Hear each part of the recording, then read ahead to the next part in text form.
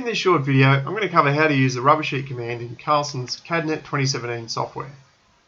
For our existing users, it's important to note that for 2017, our shrink resolution routine in CADnet has been updated to handle super large TIFF files, typically larger than 4 GB. It will now reduce them to a smaller size than our image process routine can handle. This is becoming much more prevalent in a world where more and more companies are using drones and aerial imagery in their jobs. The RubberSheet routine is designed to make minor adjustments to the image to make it fit the control points, so the image should be close to start with. In this example, I already have my boundaries in place, which have been created by survey, and I've been given an aerial imagery from the local government, but this was not provided with any associated coordinate file for the image. So I'm going to go ahead and use the RubberSheet command to fit this image to my surveyed boundaries. Now, I could use surveyed points instead if I had clear aerial imagery of control points or known landmarks, but for this example I'm going to go ahead and use my surveyed boundaries. As you can see, I've inserted the image the best I can using scale, rotation and translation techniques.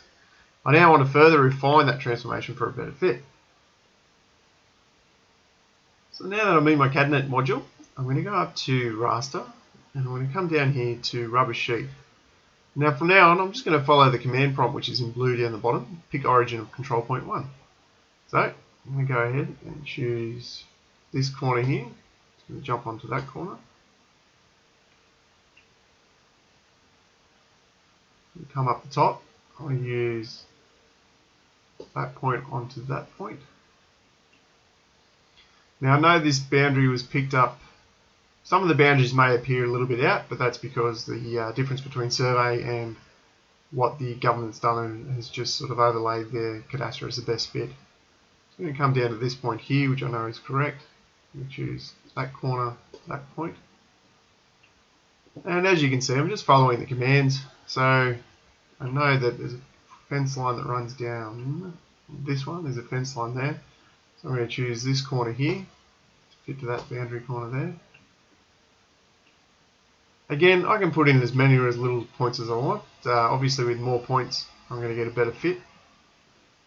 I might just do another one here. I know there's a fence post on that corner. We'll join those two up. There's a fence post there, so I'm going to join that to that because I know the fence is in the correct location. I can do another one here. Have a quick look there to there. Again, there's a boundary fence running along here, so I know that that's in the correct location. I'm happy to use that. Put that point on there. This is one of the main corners, so make sure that's on that point. Just do one more. And so they've done 11 points now, and I've gone in a clockwise rotation. And so now that I'm happy with that, I can just click on enter and it's going to run the adjustment. And there it is. You can see that the image has been adjusted to fit onto my existing survey. Mind you, it's only a best fit, but it's a lot better than what it was.